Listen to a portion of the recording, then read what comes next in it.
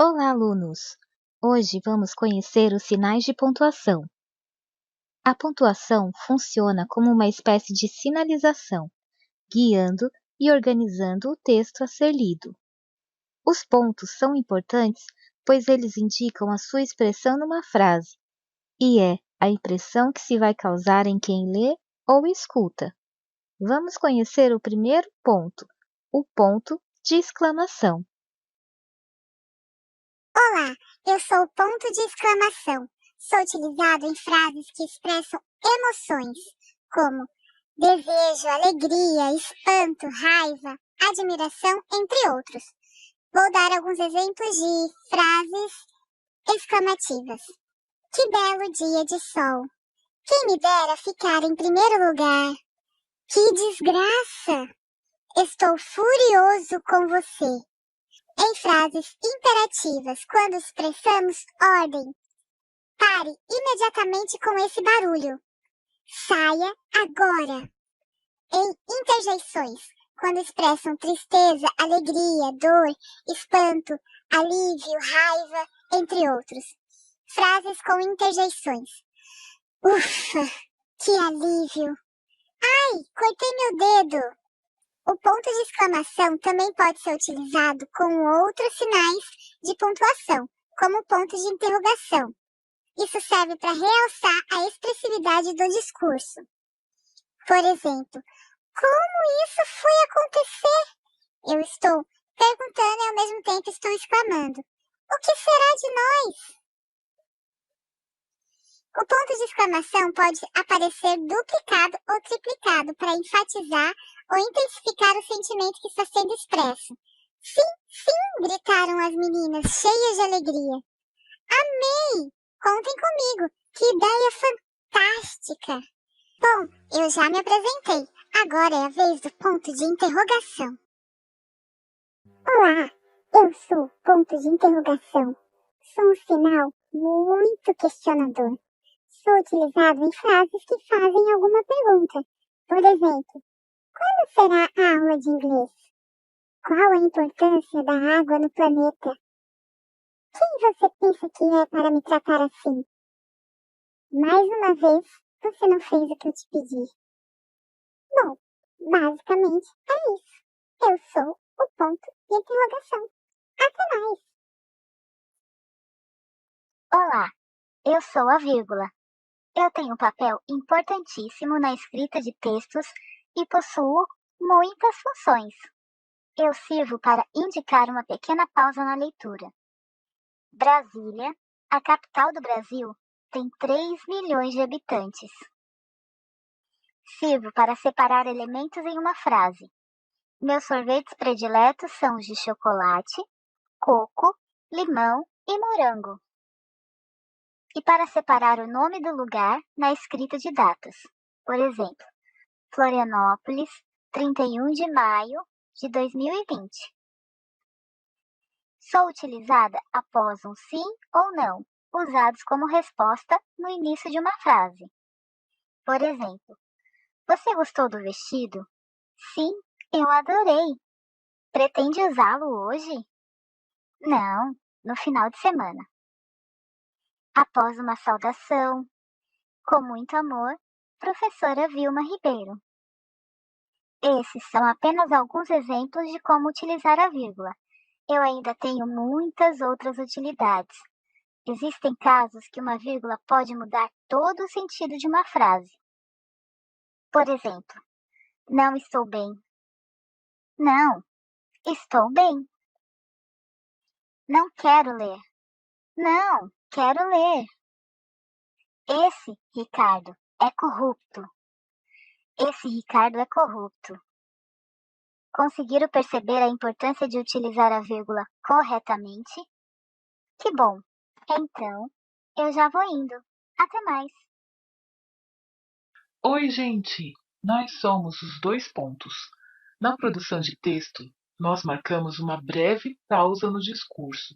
Geralmente somos utilizados antes de uma fala, explicação ou esclarecimento. Somos utilizados quando o personagem vai iniciar uma fala. Por exemplo, Margarida disse: Vou ao mercado pela manhã. Para anunciar uma citação. Bem diz o ditado: água mole em pedra dura, tanto bate até que fura. Nas enumerações. Os planetas do Sistema Solar são Mercúrio, Vênus, Terra, Marte, Júpiter, Saturno, Urano e Netuno. Após as palavras exemplo, observação, nota, importante, etc. Exemplos. Importante. Não se esqueça de colocar hífen na palavra ponto e vírgula. Observação. O ponto de interrogação pode indicar surpresa. Mesmo?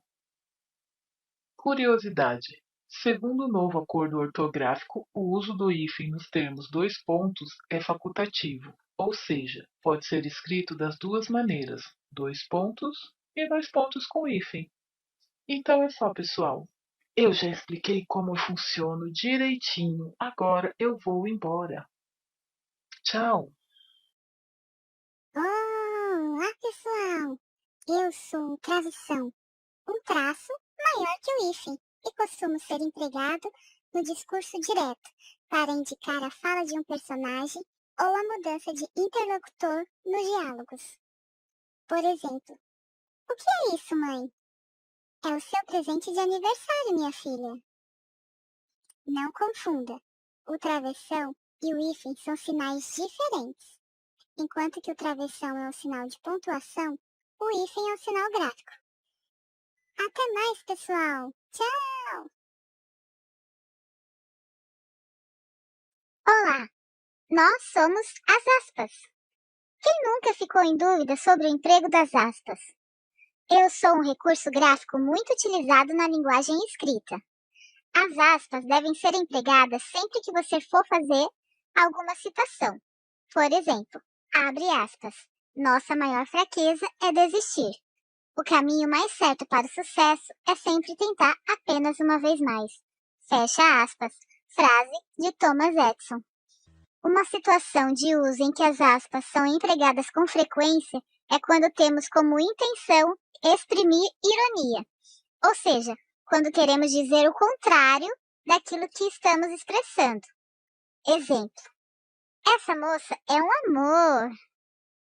Esse cachorro é muito calminho. As aspas aqui indicam que, na verdade, a moça não é um amor e nem o cachorro é muito calminho. As aspas devem aparecer quando no texto surgirem palavras informais como gírias. Falei com ela, mas deu ruim.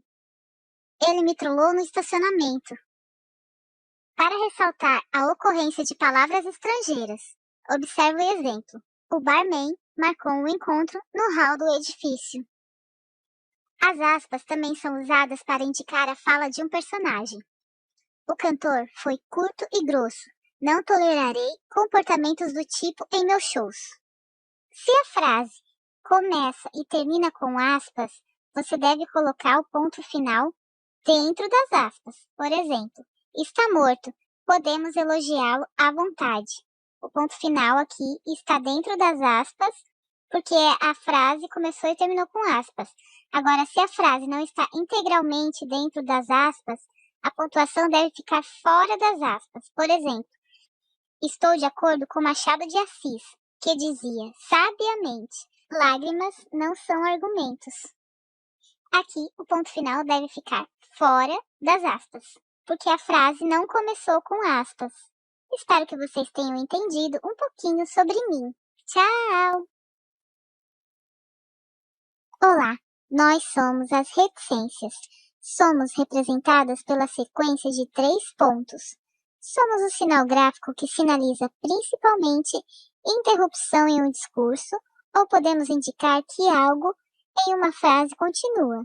Nós podemos ser utilizadas em diversas situações. Em interrupção de ideias. Acontece quando o personagem começa a falar sobre uma ideia e a interrompe. Por exemplo, ele disse que não queria, mas nada disso teria acontecido se... Você sabe. As reticências são ótimas para demonstrar hesitação, dúvidas e esquecimento. Exemplo. Daí ele pegou... Ele pegou, como se diz mesmo, uma boina. Eu estava correndo e caí do nada. Não sei se você vai, mas não sei. Penso que será muito bom. Na interrupção de discursos, em trechos de citações, ou seja, quando não se apresenta a frase completa do autor. Nesse caso, devemos usar as reticências entre parênteses. Por exemplo, tal movimento ficou conhecido como caras pintadas, para indicar continuidade de uma ação ou fato. Por exemplo, 1, 2, 3, 4, A, B, C. Comprei muitas frutas, banana, abacaxi, maçã. Espero que vocês tenham gostado da minha apresentação. Tchauzinho! Olá, eu sou o ponto final. Sou utilizado para terminar uma ideia ou discurso. Sempre apareço no final das frases afirmativas ou negativas, marcando uma pausa mais longa. Temos aqui exemplos de frases afirmativas. Ontem fui ao dentista. Meu pai gosta daquela cantora. O vidro da janela está muito sujo. Claro que eu pedi ajuda. Exemplos de frases negativas. Ontem eu não fui ao dentista. Meu pai nunca gostou daquela cantora. O vidro da janela nem está muito sujo. Eu jamais pedirei a sua ajuda. Além disso, o ponto final, posso ser usado para indicar abreviaturas e siglas. Temos aqui alguns exemplos de abreviatura. Abreviação de dona, abreviação de senhor, abreviação de página e a sigla de Organização das Nações Unidas. Na matemática, o ponto final é utilizado também para indicar uma multiplicação.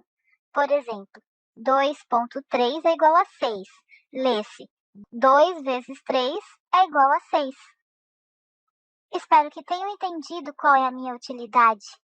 Até mais. Vou contar para vocês uma história que mostra a importância da pontuação. O mistério da herança. Um homem rico estava muito mal, agonizando. Dono de uma grande fortuna, não teve tempo de fazer o seu testamento. Lembrou, nos momentos finais, que precisava fazer isso. Pediu, então, papel e caneta. Só que, com a ansiedade em que estava para deixar tudo resolvido, acabou complicando ainda mais a situação, pois deixou um testamento sem nenhuma pontuação. Escreveu assim: deixo os meus bens à minha irmã, não a meu sobrinho, jamais será paga a conta do padeiro, nada dou aos pobres. Morreu antes de fazer a pontuação. A quem deixava ele a fortuna? Eram 4 concorrentes: o sobrinho, a irmã, o padeiro e os pobres. Os herdeiros assim o pontuaram. O sobrinho fez a seguinte pontuação: deixo meus bens à minha irmã? Não, a meu sobrinho. Jamais será paga a conta do padeiro. Nada dou aos pobres. A irmã chegou em seguida, pontuou assim o escrito: deixo meus bens à minha irmã, não a meu sobrinho. Jamais será paga a conta do padeiro. Nada dou aos pobres. O padeiro puxou a brasa para a sardinha dele. Deixo meus bens à minha irmã? Não, a meu sobrinho? Jamais será paga a conta do padeiro. Nada dou aos pobres. Então chegaram os pobres da cidade. Espertos fizeram essa interpretação. Deixo meus bens à minha irmã? Não, a meu sobrinho? Jamais. Será paga a conta do padeiro? Nada. Dou aos pobres. Vocês conseguiram perceber a importância da pontuação? Espero que tenham aprendido e até a próxima aula.